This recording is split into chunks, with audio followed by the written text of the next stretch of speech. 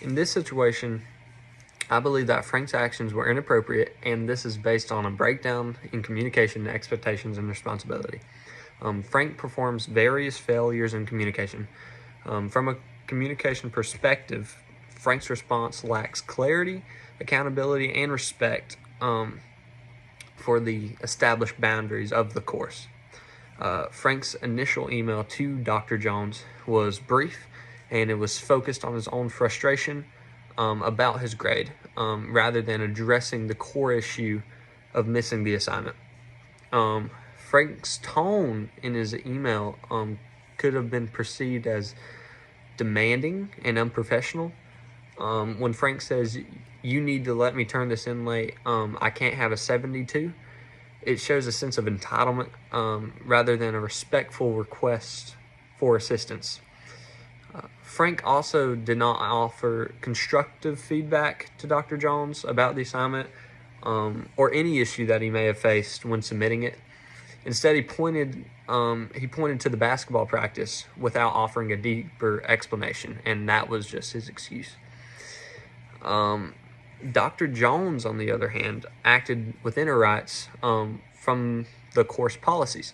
Her response was clear, firm, and it showed the importance of following the syllabus and course rules.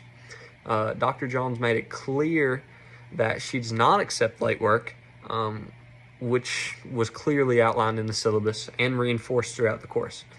Dr. Jones' email also maintained a professional and respectful tone. She politely but firmly stated that Frank should not address her by her first name. From Dr. Jones' perspective, she's upholding integrity to the course and its policies, which are designed to be clear and fair to all her students.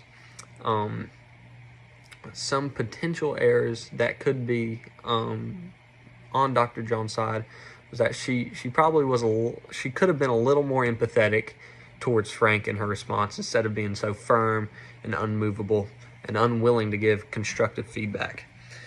If I was Frank's advisor, I would have Frank manage his time better and proactively communicate with Dr. Jones well before the deadline, especially if he anticipated missing the deadline due to basketball practice. Frank could have asked for guidance rather than demanding a late submission. A respectful and professional email that acknowledged the policies but had asked for advice for moving forward would have been more productive than what he did. To be productive in the next course, I would encourage Frank to prioritize his work and manage his time effectively in future courses.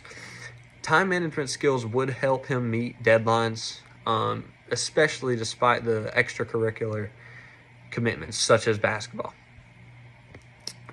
Frank's actions will probably have several negative effects for him in the future.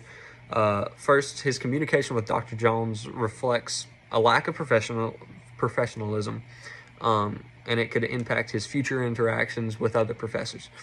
He might develop a reputation for being difficult to deal with, and trying to avoid responsibility and just pinning it on something that he was doing, which could affect his academic standing and his relationships with the teachers.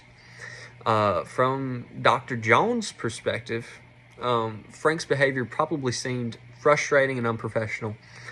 She's upholding a clear set of policies that are meant to promote fairness and structure, and Frank very much disrespected Dr. Jones in this sense. Several forms of noise were used that most likely affected the communication. Physical noise, Frank's basketball practice is an example of physical noise. It was a legitimate physical distraction that impacted his ability to submit the assignment on time. Psychological noise, Frank may have been stressed or anxious about his grade, leading to him to communicate in a way that was defensive rather than cooperative.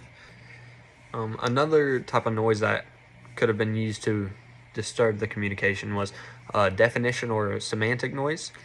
There may have been some misunderstanding in the tone or formality of their emails, as Dr. Jones was clear about her policies, but Frank didn't seem to understand the weight of those policies before it was too late.